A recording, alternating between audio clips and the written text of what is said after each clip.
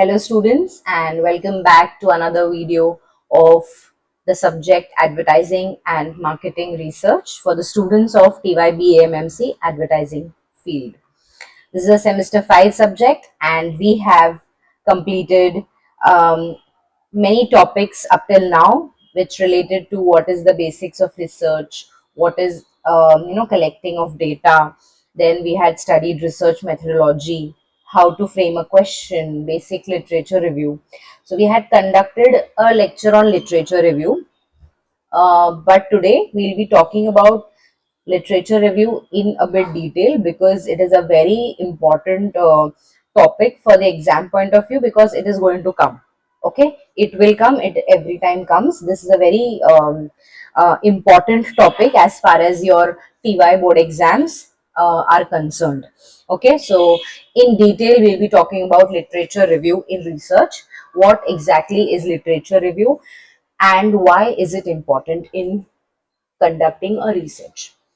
All right, so let us quickly start the research aspect. When we say what research is, as where we are conducting something to gain a particular kind of knowledge. We are conducting research to gain some new insights. We are conducting research to solve a particular problem, right?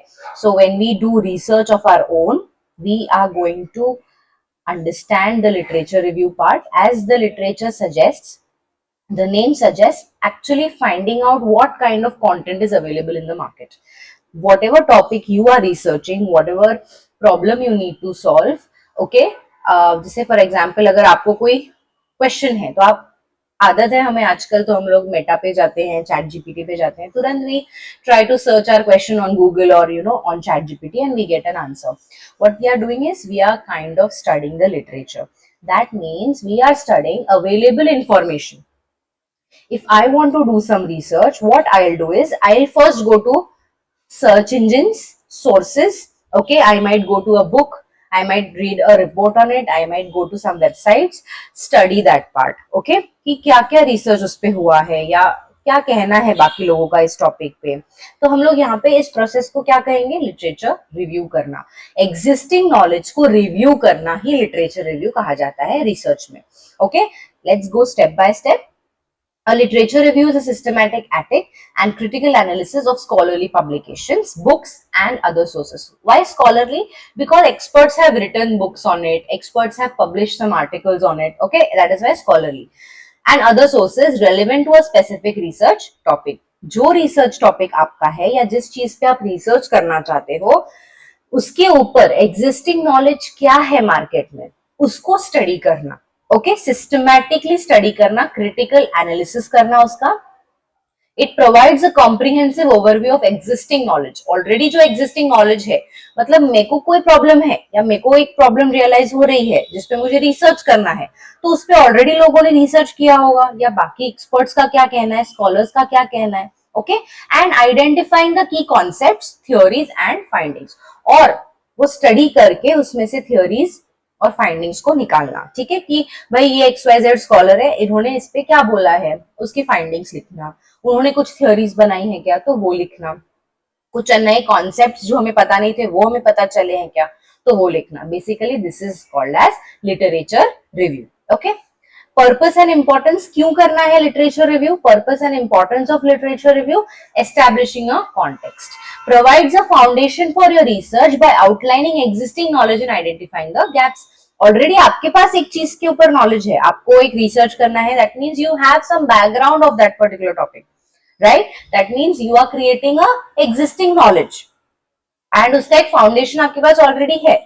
और उसके बाद अगर आप कोई literature review पढ़ते हो, आप कोई नए नए टॉपिक्स को पढ़ते हो उस रिसर्च के ऊपर, उस टॉपिक के ऊपर, तो आपको कुछ नया नॉलेज भी मिलेगा और जो आपके नॉलेज के गैप्स है वो भी फिल हो सकते हैं. ठीक है, तो आपको कई नई इंफॉर्मेशन, नया इंसाइट्स मिल सकता है. Then identifying key theories and concepts, exploring relevant theories and concepts to shape your research questions and hypotheses. अगर आप एग्जिस्टिंग नॉलेज को स्टडी करते हो तो आप एक नए नए थ्योरीज को देख सकते हो, नए नए थ्योरीज जो शायद आपको पता भी नहीं होंगे, ऐसे कॉन्सेप्ट्स, ऐसे थ्योरीज को आप स्टडी कर सकते हो जो कि आपके हाइपोथेसिस को या आपके रिसर्च को एक अच्छा फ्रेम दे सकता है, ठीक है। Then inform research design guides research design by suggesting appropriate methods, data and analysis. For example, if I want to cook something, a new recipe, okay, and I go to YouTube, find that recipe, तो मुझे step by step उसका analysis मिला। Research design क्या है? Step by step analysis, okay, of your research is called as research design. हम लोग अगले lecture में उसके बारे में डिटेल में पढ़ेंगे। तो research design is a framework basically, right. तो ये फ्रेमवर्क आपको मिलता है जब आप लिटरेचर रिव्यू करते हो, दूसरों ने कैसे उसका स्टडी किया है ये आपको पता चलता है, ताकि आप वो फॉर्मूलाज आपके रिसर्च स्टडी में अप्लाई कर सको। इसको कॉपिंग नहीं कहते हैं, इसे कहते हैं systematic study, okay. Research design आप बना सकते हो, गाइड्स योर रिसर्च डिजाइन, जिसमें आप अप्रोप्रिएट मेथड्स, डेटा सोर्सेज और टेक्निक्स को स्टडी कर सकते हो। एंड अवॉइड्स ड्यूप्लीकेशन, मतलब ऑलरेडी अगर एक चीज के ऊपर चर्चा हो चुकी है जिसका एक्सेस पूरी दुनिया को है, उसी पे अगर मैं वापस कुछ बोलती हूँ तो उसका कोई मतलब नहीं रहता है। If you know when in basic आप लोगों ने जर्नलिज्म में पढ़ा होगा कि न्यूज बहुत जल्दी स्टेल हो जाती है। क्यों स्टेल होती है? अगर आप एक ऐसे न्यूज चैनल हो जो सब बाकी न्यूज चैनल्स के बाद वो न्यूज कवर कर रहे हो, तो nobody is going to study because people already know that news. Similarly, if you are studying a literature and if you are doing literature review, then what happens is that duplication is avoided. Duplication as in you don't try to study the existing knowledge. Why will everybody read your research when they have already known the concept? Exactly, avoiding duplication ensures that your research contributes to something new.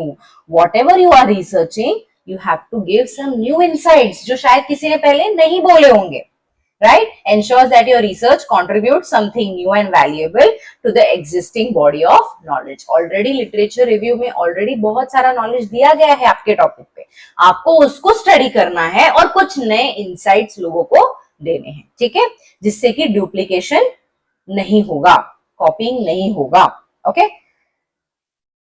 Next is conducting a comprehensive literature search. कैसे research करना है, literature को search कैसे करना है। अच्छा, अब literature search करना मतलब सिर्फ गूगल पे जाना, चैट जीपीटी पे जाना नहीं होता है। ChatGPT is a last option for literature review because it doesn't give you exact sources, it just gives you answers to your questions. It doesn't give you sources कि भाई ये question का ये आंसर जो chat GPT ने आपको बताया वो उसने कहां से निकाला, ये आपको चैट जीपीटी नहीं बताता है। आपको if you want to conduct a literature search, it should be comprehensive, it should be detailed. Apart from going to internet, Google, okay, and other search engines, you can also refer to some kinds of important books. जैसे यहाँ पे ये research paper के लिए कि बहुत अच्छा teachers manual, I mean the essential tools of research writing a research paper, ये एक लिटरेचर रिव्यू का हिस्सा है। ये किताब जो है लेशा मायर्स ने लिखी हुई किताब है, ये एक लिटरेचर रिव्यू बन सकता है क्योंकि इसमें अलग अलग रिसर्च पेपर्स है अलग अलग टॉपिक्स पे, ठीक है। तो ये एक लिटरेचर रिव्यू का हिस्सा हो गया। Any source of information that is giving you a comprehensive database about your topic can be a literature review source, not only Google और ChatGPT, okay. Authentic sources, अलग अलग रिसर्च पेपर स्टडी करने के लिए बहुत सारे websites हैं, आप वहां पे जाके स्टडी कर सकते हो कि भाई आपके टॉपिक के ऊपर दूसरों ने, एक्सपर्ट्स ने क्या बोला है, ओके। किताबें हो गई, कुछ पुराने रिपोर्ट्स हो गए, ठीक है।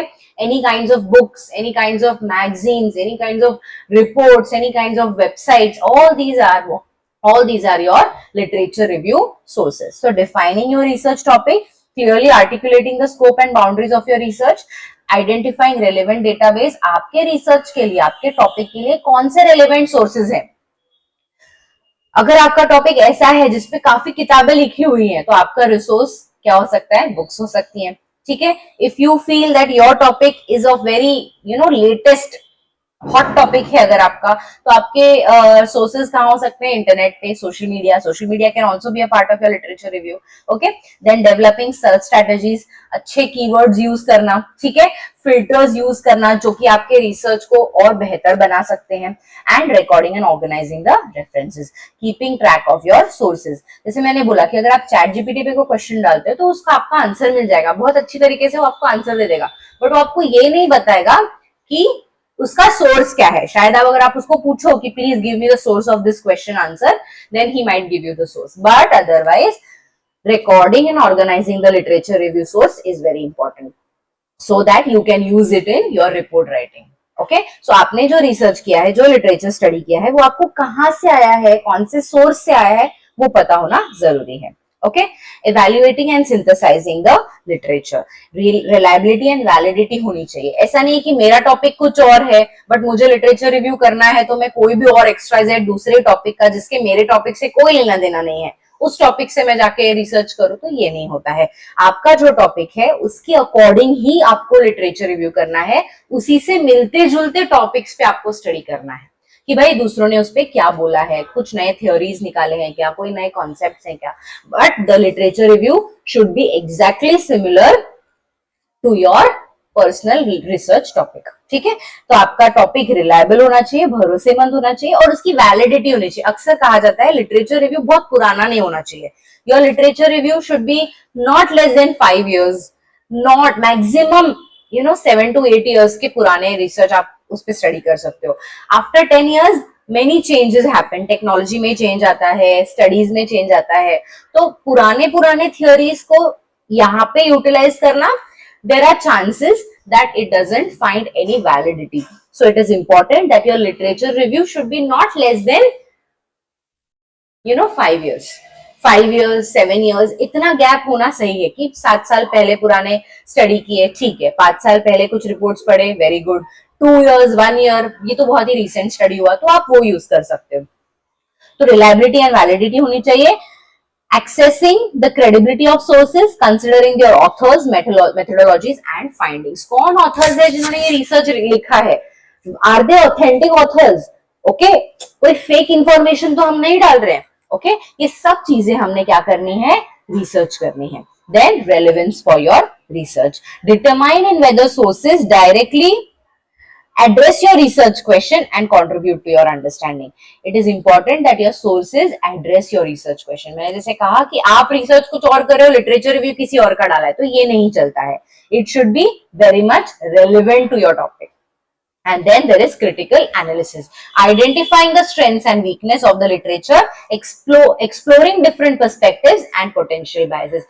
अलग अलग perspectives को study करना. अगर आप research literature review करते हो तो आपको दूसरे लोगों के, rather experts के और scholars के क्या पता चलते हैं? opinions पता चलते हैं, perspectives पता चलते हैं. ये आपके research के लिए एक बहुत अच्छा addition है. It is a cherry on the cake. All right, because there are chances that we don't know everything that we are studying, right? So obviously, अब जैसे आप कोई भी चीज study करना चाहते हो, for example, if you are studying for your exam, what you will do is you will try to find your topics on Google or maybe on YouTube. Okay, तो ऐसे आप क्या कर रहे हो? एक्स्ट्रा मटेरियल जमा कर रहे हो, एक्स्ट्रा पर्सपेक्टिव्स जमा कर रहे हो. ठीक है, इसके लिए आपका रिसर्च क्या हो सकता है? एक बेहतर रिसर्च कहला सकता है, क्योंकि आपने स्कॉलर्स को पढ़ा है, उनकी क्या राय है, उनका क्या पर्सपेक्टिव है, ये सब चीजें आपने स्टडी की है और फिर आपने आपका कंक्लूजन बनाया. Okay, organising and structuring the literature review. तो लिटरेचर रिव्यू कैसे लिखा जाता है? इट्स एन एडिशनल इंफॉर्मेशन, जिससे इंट्रोडक्शन होती है उसमें, जहां पे आप आपके टॉपिक का ओवरव्यू बता रहे हो. ठीक है, then there is a main body where you organise the themes, chronology and other logical. Chronology as in time chronology, कि ये रिसर्च पेपर कब लिखा था तो वो पहले आएगा, फिर रिसेंट में कौन था तो वो रिसेंट आएगा, ऐसे. And then there is conclusion, summarising the key findings, highlighting the gaps in literature and connecting to your research question. Make sure that your literature review connects to your research topic. ठीक है, it is important because otherwise it will become irrelevant. ठीक है, next, identifying the gaps and limitations. कोई भी research में आपने बहुत अच्छे से प्राइमरी डेटा कलेक्ट किया, सेकेंडरी डेटा कलेक्ट किया, आपने पूरा डेटाबेस कलेक्ट किया है अच्छे से, but there are chances that you might have some gaps. तो ये लिटरेचर रिव्यू पढ़ के आपके ये गैप्स को क्या हो सकता है, फुलफिल हो सकते हैं। Unanswered questions, identifying areas where research is lacking और नीड्स फर्दर एक्सप्लोरेशन। ऐसे कुछ टॉपिक्स जहां पे और ज्यादा स्टडी हो सकता है, नया कुछ एक्सप्लोर हो सकता है, ठीक है, ऐसे चांसेस में लिटरेचर रिव्यू आपके काम में आता है, ठीक है। Then there is methodological limitations, कोई मेथड उन्होंने बेहतर ही यूज किया है, आप उसको यूटिलाइज कर सकते हो। Examine the limitations in research, sample data collection, कि भाई मैं ये टॉपिक पे रिसर्च कर रही हूँ तो दूसरों ने, जो भी मैं दूसरे एक्सपर्ट्स के आर्टिकल्स रीड करी, उन्होंने इतना ज्यादा बड़ा डेटाबेस रखा था, शायद मुझे भी रखना चाहिए, या उन्होंने कौन से पॉपुलेशन को यूज किया था, मैं भी वो कर सकती हूँ। ऐसे करके आप आपके रिसर्च को क्या कर सकते हो, बेहतर बना सकते हो, एनहांस कर सकते हो, ठीक है। Then there is conflicts and findings, कोई भी लिटरेचर रिव्यू के फाइंडिंग्स लिखना जरूरी है कि भाई इस रिसर्च के पेपर में या इस सोर्स से मैंने जो ये टॉपिक पढ़ा है उसपे से मुझे क्या कंक्लूजन मिला है। ओके, सो कॉन्फ्लिक्ट्स इन फाइंडिंग्स, हाइलाइटिंग कॉन्ट्राडिक्टरी रिजल्ट्स, शायद आपने ऐसा लिखा होगा और उन्होंने आपके एकदम अपोजिट लिखा होगा, तो वो एक बहुत ही इंपॉर्टेंट एस्पेक्ट है, उस पर रिसर्च करना, ठीक है, इंटरप्रिटेशंस निकालना, that is called as identifying the gaps. Next, connecting the literature to your research question, आपका जो रिसर्च टॉपिक है, रिसर्च क्वेश्चन है, उससे आपको कनेक्ट करना, ये मैं बार बार दोहरा रही हूँ, connection to your research, because it should be relevant and not irrelevant, right. So relevant topic, relevant literature review.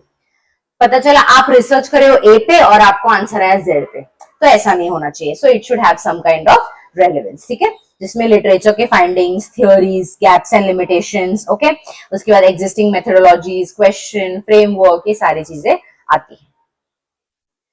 Then conclusions and implications, summary and findings निकल सकती हैं आपकी लिटरेचर रिव्यू के बेस पे। क्या निकल सकता है, समरी एंड फाइंडिंग्स, कि भाई ये जो मैंने लिटरेचर रिव्यू किया है उसपे से मुझे ये कंक्लूजन मिला है, ये मुझे फाइंडिंग मिली है, तो मैं इसको समराइज करूंगी। Summarising the main points and key insights from literature review, main points को समराइज करना कि भाई ये रिसर्च पेपर मैंने स्टडी किया था, इसमें से मुझे ये कंक्लूजन मिला है, ठीक है, ये हो गया आपका summary. Recommendation for future, recommendation देना कि इसके ऊपर और क्या रिसर्च हो सकता है, या इसका स्टेप, अगला स्टेप ये हो सकता है। Suggesting directions for future research based on identifying gaps, आपको कोई गैप्स और लिमिटेशंस अगर मिलते हैं तो उसके बेस पे आप नए रिकमेंडेशंस दे सकते हो। And implication for practice, discuss how the findings can inform practical application to any policy decisions. इसे कहते हैं basic literature review. See it's very simple to understand what literature review is. इतना आपको याद रखना है, 3-4 पॉइंट्स, कि लिटरेचर रिव्यू क्या होता है। जब भी आप कोई रिसर्च करते हो टू फिल सम गैप्स, ताकि आपका रिसर्च एक फुल फ्लेज्ड रिसर्च लगे, आप एग्जिस्टिंग नॉलेज को स्टडी करते हो। वो एग्जिस्टिंग नॉलेज के सोर्सेस क्या क्या हो सकते हैं, एक तो आपका search engine, that is your internet, okay, दूसरा आपका बुक्स, दूसरी आपकी मैगजीन्स, कोई एग्जिस्टिंग रिपोर्ट्स, कोई एग्जिस्टिंग रिसर्च किताबें, ये सारे आपके क्या हो सकते हैं, सोर्सेज हो सकते हैं।